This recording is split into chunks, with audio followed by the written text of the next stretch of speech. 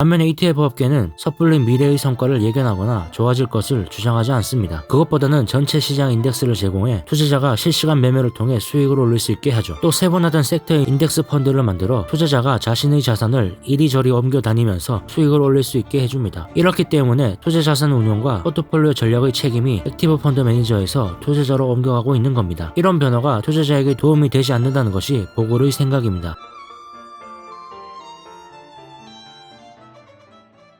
10장 펀드 선택의 기준. 건초더미에서 바늘을 찾느니 건초더미를 통째로 사는 게 쉽다. 앞선 5가지 요인 중 세 번째 선택지였던 좋은 펀드 선택하기에 대해 알아보죠. 수익성이 좋은 펀드를 미리 알아내 선택하는 것은 쉬운 일이 아닙니다. 물론 25년 동안 살아남은 수익성이 좋은 펀드가 있지만 그렇게 많지는 않죠. 위의 자료는 1970년 당시 존재했던 355개의 펀드의 46년간 성과를 보여줍니다. 자료를 보면 80%에 해당하는 281개는 지금은 사라지고 없습니다. 게다가 살아남은 펀드 가운데 29개는 S&P 500 지수보다 연간 1% 이상 저조한 성과를 냈고 35개는 S&P 500 지수의 수익률과 1% 내외의 차이를 보였습니다. 이제 10개가 남았습니다. 그런데 이 중 8개는 S&P 500 수익률을 2% 미만으로 앞지를 뿐이었죠. 실력이라기보다 운이 따랐다고 봐야 되는지도 모르겠습니다. 이제 남은 펀드는 단 2개입니다. 1970년 이후 장기간에 걸쳐 S&P 500 지수를 2% 이상 앞지른 펀드는 피델리티의 마젤란 펀드와 피델리티의 콘트라 펀드입니다. 피터 린치의 마젤란 펀드는 S&P 500보다 2.6% 높았으며 콘트라 펀드는 2.1% 높았습니다. 근 반세기 동안 시장을 이긴 것은 대단한 성과이죠. 스타 펀드 매니저 피터 린치가 전성기 시절 이 마젤란 펀드를 운영했습니다. 운영 초기 700만 달러였던 자산 규모는 90년 피터 린치가 은퇴했음에도 1993년에는 300억 달러를 돌파했고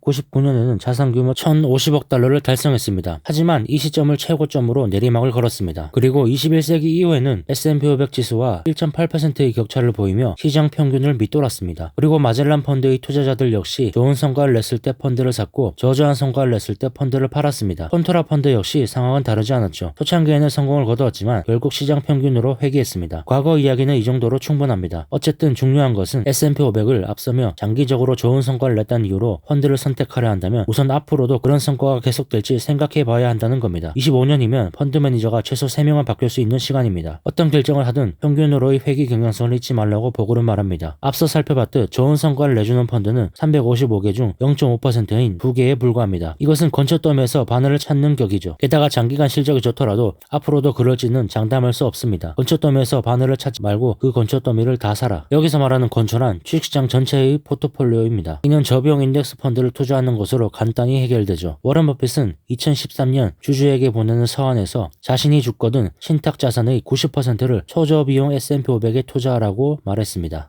11장 평균으로의 회귀. 어제의 승자가 내일의 패자일 수 있다. 이번 장은 네 번째 선택지였던 과거 성과를 기준으로 펀드 선택하기에 대한 내용입니다. 평균으로의 회귀의 위력을 재확인시켜주는 자료가 있습니다. 위 자료는 미국의 주식형 액티브 펀드 전부를 대상으로 시기가 서로 겹치지 않게 5년 단위로 연속해서 묶은 두 기관의 성과를 비교해 정리한 겁니다. 전체 펀드를 5등급으로 분류해 숫자가 높은 등급에는 최고의 성과를 낸 펀드가 포함되고 낮은 숫자의 등급에는 최저 성과를 낸 펀드를 포함시켰습니다. 과거의 성적을 보고 다른 펀드보다 나은 성과를 낼 것 같은 펀드를 선택했다고 가정해보죠. 그 선택이 정말 옳았다면 첫 번째 기간에 최고 등급인 5등급에 속했던 펀드는 두 번째 기간에 역시 최고 단계를 유지했어야 합니다. 그런데 두 번째 기간에도 최고 단계를 유지한 펀드는 겨우 13%였습니다. 27%는 최저 성과를 올려 1단계로 떨어졌고 25%는 2단계로 떨어졌습니다. 심지어 10%는 시장에서 사라졌죠. 반대로 성과가 저조했던 펀드 쪽을 보죠. 첫 번째 기간에 하위권에 있던 펀드 중 두 번째 기간에 최고 등급으로 올라간 펀드가 17%나 됩니다. 그리고 26%는 시장에서 사라졌고 유지한 것이 12%입니다. 이번엔 두 번째 기간의 남은 펀드를 대상으로 다시 5년 뒤에 조사를 했습니다. 결과는 마찬가지였죠. 두 번째 기간에서 최고 등급에 속했던 펀드 중 다음 5년 뒤에도 최고 등급을 유지한 비율은 겨우 15%였고 20%는 최저 등급으로 떨어졌고 13%는 사라졌습니다. 최저 등급의 펀드 역시 마찬가지였죠. 다음 기간에 최고 등급으로 올라간 비율이 18%였습니다. 최고와 최저 등급 모두에서 이전의 성과를 유지하는 경우는 드물었습니다. 대다수의 투자자가 펀드 매니저의 능력과 성적이 꾸준히 유지된다고 가정합니다. 그러나 이 자료는 이런 가정을 무너뜨립니다. 무작위성에 속지 마라. 그리고 행운에 속지 마라. 한 가지 분명한 사실은 평균으로의 회귀 원칙이 뮤추얼 펀드 업계를 지배하고 있다는 점입니다. 즉 업계 표준을 능가하는 탁월한 성과를 낸 펀드는 그 성과 수준이 평균이나 평균 이하로 떨어지는 강한 경향성을 보인다는 겁니다. 결론적으로 최근 성과를 기준으로 펀드를 선택하는 것은 위험하며 오히려 향후 시장 평균을 밑도는 성과를 낼 가능성이 농후합니다. 12장 펀드 선택에 조언이 필요합니까? 무엇일까? 투자 자문의 명함 10장과 11장에서 제시한 증거로 다음과 같은 교훈을 얻을 수 있습니다. 첫 번째, 장기적으로 시장을 이기는 펀드를 고르려는 것은 건초 더미에서 바늘을 찾는 것과 다를 바 없다. 두 번째는 비교적 단기가의 과거 성과를 기준으로 시장을 이기는 펀드를 고르려 하면 재앙은 아니더라도 최소한 실망스러운 결과에 이를 것이다. 그러면 전문가의 도움을 받는 것은 어떨까요? 이제 마지막 선택지였던 자문을 구하는 것에 대한 내용입니다. 뮤추얼 펀드에 투자하는 5,500만 미국 가구 가운데 70%인 4천만 가구가 이렇게 중개인에게 의존하고 있고 1,500만 가구는 직접 하고 있습니다. 하지만 안타깝게도 중개인이 추천한 펀드가 일반 펀드의 수익률을 웃돌았다는 증거는 없습니다. 오히려 반대의 증거가 있죠. 하버드 경영대학원의 교수 2명이 이끄는 조사팀은 다음과 같은 결론을 내렸습니다. 1996년부터 2002년까지 중개인을 통해 투자한 펀드가 투자자가 직접 선택한 펀드보다 훨씬 저조한 성과를 냈고 그 결과 투자자에게 연간 90억 달러의 비용이 발생했다. 이 조사 결과 중개인과 자문가의 자산 배분이 더 나은 결과로 이어지지 않았을 뿐더러 이들은 단지 시장 분위기에 편승했고 막대한 수수료를 챙겼습니다. 자문가의 추천을 받아 펀드에 투자한 투자자의 수익률은 수수료 공제 전 2.9%였고 직접 선택해 투자한 투자자의 수익률은 6.6%였습니다. 다른 증거도 있습니다. 피델리티 인베스트먼트가 1994년부터 2003년까지 펀드 운영 실적을 조사한 결과 중개인이 운영한 펀드의 등급이 가장 낮은 것으로 나타났습니다. 이 조사에 따르면 멜린치 펀드의 수익률은 업계 평균을 무려 18%나 밑돌았죠. 골드만삭스와 모건 스탠리는 평균보다 9% 낮았고 웰스파고는 8% 낮았습니다. 이렇게 증권사 소속의 중개인이 운영한 펀드의 수익률이 낮은 이유는 간단합니다. 증권회사가 새로운 펀드 상품을 출시하면 중개인은 누군가에게 그 상품을 팔아야 합니다. 재무 상담의 가치, 이 처참하고 실망스러운 결과와는 별개로 투자 자문가들은 여러 가지 방식으로 투자자에게 도움을 줄 수 있습니다. 마음을 편안하게 해주고 세금 관련 문제에 도움을 주죠. 그러나 이런 서비스와는 별개로 시장을 이기는 펀드를 고르는 것만큼은 이 집단을 신뢰할 수 없다고 보글은 말합니다. 그러니 투자 자문을 받을 생각이라면 지금까지의 사실에 유의하라고 하면서 그래도 꼭 하겠다면 보수가 적정한지 확인해봐라고 보글은 조언합니다. 13장 심플 이즈 베스트, 전체 주식을 보유하는 인덱스 펀드에 투자하기. 앞으로 10년간은 주식과 채권의 수익률이 낮아질 것이라는 보글의 전망이 맞는다면 비용은 더욱더 중요해집니다. 보글의 전망이 맞든 틀리든 투자자는 자신이 챙길 수 있는 수익을 챙겨야 합니다. 시장을 이기는 펀드를 고르겠다는 것은 위험한 생각입니다. 최대한 투자 자산을 다각화하고 비용을 최소화해야 합니다. 무엇보다 상식에 따라 행동해야 합니다. S&P 500이나 전체 시장 지수를 따르는 인덱스 펀드에 초점을 맞춰야 합니다. 자신의 위험 감내 수준을 고려하고 투자 포트폴리오 중 주식 비중을 어느 정도로 할지 결정해야 합니다. 인덱스 펀드라고 다 똑같지는 않다. 그러나 인덱스 펀드라고 다 똑같지는 않습니다. 인덱스를 기준으로 하는 펀드라면 포트폴리오는 비슷하지만 비용은 다 다릅니다. 비용이 낮은 펀드를 선택해야 합니다. 거듭 말하지만 복리의 마법은 비용에도 적용이 되죠. 시장 효율성과는 상관없이 인덱스 전략은 항상 먹힌다. 인덱스 전략은 S&P 500 같은 미국 시장처럼 효율적인 시장 부분에서는 먹히지만 소형주 혹은 미국 이외의 시장에서는 액티브 펀드가 더 효과적이라는 말이 있습니다. 그러나 보글은 이 주장은 잘못되었다고 말합니다. S&P의 국제 액티브 펀드 중 S&P 국제 시장 지수보다 못한 성과를 낸 펀드는 무려 89%입니다. 신흥시장 역시 액티브의 90%는 지수를 이기지 못했습니다. 효율적인 것과는 상관없이 미국이든 해외이든 인덱스 투자 전략이 성공을 했습니다. 14장 채권 펀드, 왜 채권에 투자해야 하는가? 보글은 지금까지 상식적인 원칙을 주로 주식시장과 펀드 인덱스에 적용했습니다. 그러나 채권 역시 마찬가지라고 보글은 말합니다. 과거를 보면 대체로 주식 수익이 채권 수익을 앞섭니다. 보글의 예상에 따르면 향후 10년 동안 채권 수익률은 3.1% 정도이죠. 그렇다면 왜 투자자들이 채권에 투자해야 할까요? 첫 번째,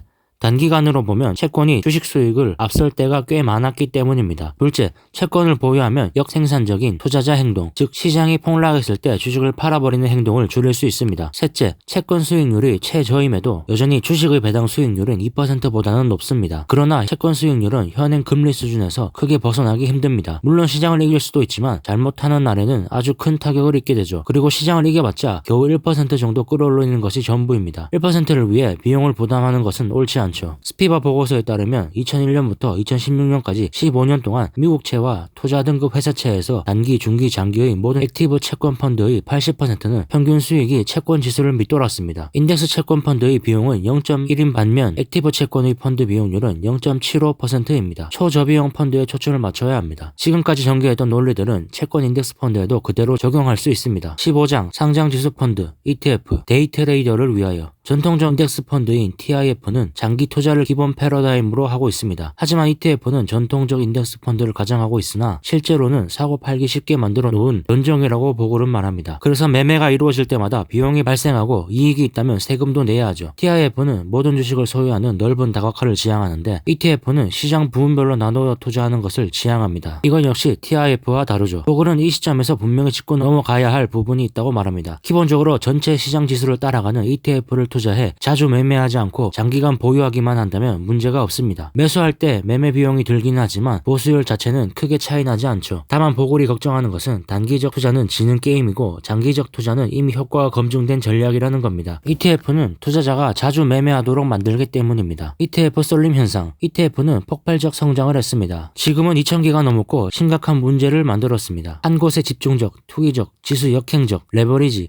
등의 전략을 구사하는 쪽에 자산의 23%를 배분하는 ETF가 950개나 된다는 겁니다. 또 TIF는 자금 유출입이 비교적 안정적인 데 비해 ETF는 몰리거나 빠져나가는 변동성이 매우 큽니다. 2007년 12월엔 310억 달러의 자금이 들어왔고 주식이 바닥을 친 2009년엔 180억 달러가 빠져나갔죠. 역생산적인 투자자의 행동이 확실히 드러나는 모습입니다. 과거의 성과에 기대려는 심리. 2003년부터 2006년까지 최고 수익을 올린 20개의 ETF를 보면 이 중 투자자 수익률이 ETF 자체 수익률을 웃도는 경우는 단 하나뿐입니다. 투자자들이 사고 팔았기 때문이죠. ETF에는 취급주의라는 경고 문구가 먼저 새겨져야 한다고 보글은 말합니다. 또 가장 인기 있는 섹터 ETF는 최근에 가장 좋은 성과를 올린 ETF라는 사실을 명심하라고 말합니다. 이미 인기 있는 상품을 선택하는 것은 투자 실패로 가는 지름길이라면서 말이죠. ETF는 기업인과 중개인의 꿈을 실현해준다. ETF는 TIF를 트레이더용으로 개조한 상품입니다. ETF는 펀드 매니저가 종목을 잘못 선택할 위험을 투자자에게 넘깁니다. 대신 사고 팔기 쉽게 만들므로써 수수료를 챙기죠. 위험은 안 지고 수익만 올릴 수 있는 겁니다. ETF가 기업인과 주식 중개인 그리고 펀드 매니저의 꿈을 실현해주는 것은 분명하다고 보고를 말합니다. 그러나 투자자의 꿈도 실현시켜줄까요? 뱅가드 500과 스파이더 500 ETF 중 비용이 낮은 쪽을 선택해 장기간 보유한다면 투자 다각화와 낮은 비용률에서 오는 혜택을 누릴 수 있을 겁니다. 또 시장 부분별 ETF라도 좋아 보인다면 자신이 선호하는 부분을 투자할 수 있습니다. 그러나 이런 ETF를 매매 대상으로 삼는다면 성공 투자의 핵심 요소의 단순 순수 법칙을 거스르는 행위라고 보글은 충고합니다. 16장 시장을 이길 수밖에 없는 인덱스 펀드. 성공에는 경쟁이 따른다. 전통적 액티브 펀드 매니저의 방식과 ETF 매니저의 방식에는 어떤 차이가 있는지 봅시다. 액티브 펀드 매니저는 시장을 이기는 유일한 방법은 시장 포트폴리오에서 이탈해 다른 차별성 있는 포트폴리오를 만드는 것뿐이라고 생각합니다. 실제로 펀드 매니저들은 이 방법에 매달립니다. 물론 그중 소수는 시장을 이길 겁니다. 그러나 집단으로서 액티브 펀드 매니저는 시장을 이길 수 없습니다. 어차피 그들은 그들끼리 사고 팔고 거기에는 비용이 발생하기 때문입니다. 그럼에도 그들은 투자자에게 자신들이 과거에 좋은 성과를 냈으니 앞으로도 그럴 것이라고 주장해야 돈을 벌 수 있죠. 또 한편에선 과거의 성과가 저조했으니 다음엔 좋은 성과를 낼 것이라고 주장합니다. 반면에 ETF 업계는 섣불리 미래의 성과를 예견하거나 좋아질 것을 주장하지 않습니다. 그것보다는 전체 시장 인덱스를 제공해 투자자가 실시간 매매를 통해 수익을 올릴 수 있게 하죠. 또 세분화된 섹터의 인덱스 펀드를 만들어 투자자가 자신의 자산을 이리저리 옮겨 다니면서 수익을 올릴 수 있게 해줍니다. 이렇기 때문에 투자 자산 운용과 포트폴리오 전략의 책임이 액티브 펀드 매니저에서 투자자로 옮겨가고 있는 겁니다. 이런 변화가 투자자에게 도움이 되지 않는다는 것이 보글의 생각입니다. 스마트 베타 ETF라는 새로운 패시브 인덱스들이 등장했습니다. 예를 들면 배당금을 우선한 ETF라던가 S&P 500 중 성장주로만 이루어진 ETF나 가치주로만 이루어진 ETF가 스마트 베타 ETF입니다. 본질적으로 스마트 베타의 개념 자체가 잘못된 것은 아니라고 보글은 말합니다. 그러나 대단한 발상도 아니라고 하죠. 평균 으로의 회귀 때문이라도 시장을 이기는 것은 아주 어렵습니다. 지금 이기는 요소는 내일은 지는 요소가 됩니다. 2016년 한 해 동안 가치 인덱스는 16.9% 상승했는데 성장 인덱스는 6.2%만 성장했습니다. 그리고 2007년 4월까지 성장 인덱스는 12.2% 상승했고 가치 인덱스는 3.3% 상승에 그쳤습니다. 검증 기간이 짧긴 하지만 여기서도 평균으로의 회귀가 작동한 것으로 보입니다. 좋은 계획을 세우는데 초점을 맞춰라. 전통적인 시가총액 가중 인덱스 펀드는 시장 수익에서 정당한 투자자의 몫을 보장하고 실제로 오랫동안 다른 투자자 90%를 앞서는 성과를 냈습니다. 전통적 인덱스 펀드보다 돈을 훨씬 많이 벌 수 있다고 장담하는 유혹에 넘어가지 말라고 보글은 당부합니다. 그러면서 19세기 초 프로이센의 장군이자 군사이론가 클라우제비츠의 경고를 명심하라고 합니다. 좋은 계획을 망치는 가장 큰 적은 완벽한 계획을 꿈꾸는 것이다. 인덱스 투자라는 좋은 길이 있는데 시장을 이기려는 완벽한 길을 찾는 것은 위험한 일이라는 말입니다. 17장 벤자민 그레이엄과 인덱스 투자 전략. 워렌 버핏이 들려준 이야기. 1949년 현명한 투자자 초판이 출간됐습니다. 저자는 당대 최고의 펀드 매니저인 벤자민 그레이엄이었죠. 그레이엄은 저평가된 주식에 초점을 맞추는 가치 투자의 선구자였지만 이렇게 경고했습니다. 말했습니다. 대다수 투자자는 시간과 결단력이 부족하며 정신적으로도 무장되어 있지 않다. 그래서 투자자는 방어적 포트폴리오에서 얻을 수 있는 그런대로 괜찮은 수익에 만족해야 한다. 수익을 더 올려보겠다는 욕심을 물리쳐야 한다. 또 그레이엄이 남긴 말들을 보죠. 역기능적으로 운영되는 펀드는 얼마간 눈부신 수익을 기록할 수 있으나 그 다음에는 필연적으로 손실이 따르게 마련이다. 과거에도 그랬듯이 투자 수익은 주식 매매가 아니라 주식 보유에서 얻어야 한다. 주식을 사서 보유하고 이자와 배당 그리고 가치 상승에 따른 이익을 챙기는 것이다. 펀드 매니저의 한계. 1976년 한 인터뷰에서 그레이엄은 펀드 매니저는 시장을 절대로 이길 수 없다고 말했습니다. 펀드 매니저가 시장을 이길 수 있냐는 진행자의 질문에 그레이엄은 단호하게 아니요 라고 대답했습니다. 사실상 전체로서의 시장 전문가 집단이 시장을 이긴다는 것은 자신들끼리 서로 이긴다는 혹은 자기가 자신을 이긴다는 말인데 이것은 논리적 모순이다. 만족스러운 성과는 그리 어렵지 않다. 장기 투자 원칙을 고수하려는 확고한 의지와 상식적 사고, 지성,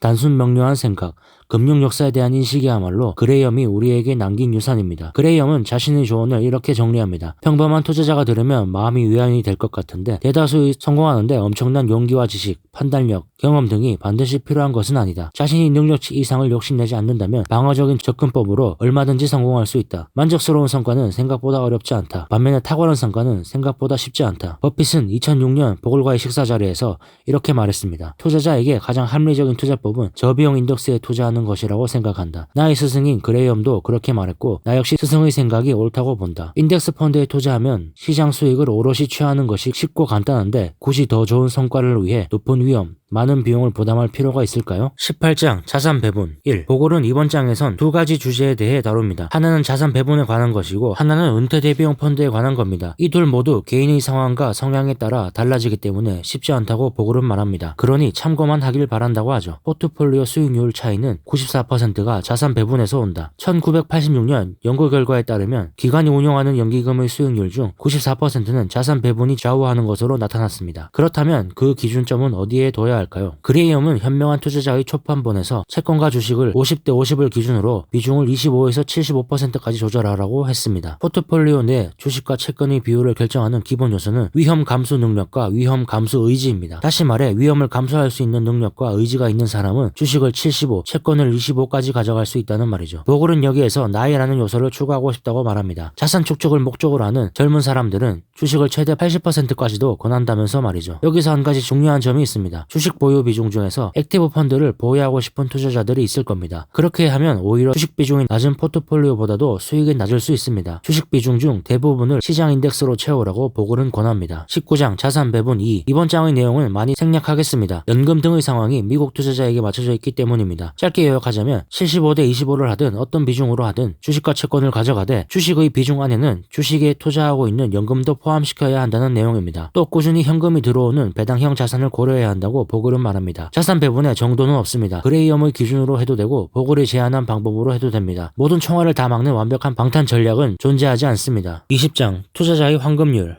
보글은 일반 미국인 투자자에게 가장 바람직한 투자 방식은 S&P 500 인덱스 펀드와 전체 채권 인덱스 펀드에 투자하는 것이라고 확신합니다. 그러면서 투자에 성공하고 싶다면 우선 앞으로 시장 수익률이 어떻게 될지 알 수 없다는 사실을 인정해야 한다고 말하죠. 그러나 그래도 우리가 알고 있는 사실이 꽤 있습니다. 우리가 아는 사실들을 정리해보죠. 투자 시점은 빠를수록 좋습니다. 투자에는 위험이 따르지만 투자를 하지 않으면 재정난을 겪을 것이 뻔합니다. 주식과 채권의 수익원을 알고 있습니다. 펀드 매니저와 종목을 선택하는 데서 오는 위험은 인덱스 펀드를 통해 극복할 수 있습니다. 그러면 시장 위험만 남게 됩니다. 비용이 중요합니다. 장기적 수익에 엄청나게 영향을 미치기에 최소화해야 합니다. 세금도 최소화해야 합니다. 시장을 이기는 것도 투자 시점을 선택하는 것도 소수는 달성 가능하지만 논리적으로 다수는 절대 달성할 수 없습니다. 마지막으로 우리가 무엇을 모르는지도 잘 압니다. 우리가 사는 이 세상이 내일 어떻게 될지 모릅니다. 앞으로 10년은 더욱 모르죠. 그러나 현명하게 자산을 배분하고 합리적 선택을 하면 장애물을 극복하고 순탄하게 투자할 수 있을 겁니다. 이런 목적을 달성해주는 방식은 인덱스 펀드밖에 없다고 보고는 강조합니다. 이 책에서 말하는 단순한 상식을 원칙으로 삼는다면 분명 승자가 될 수 있다면서 말이죠. 그리고 한 번만 더 복리 수익의 마법의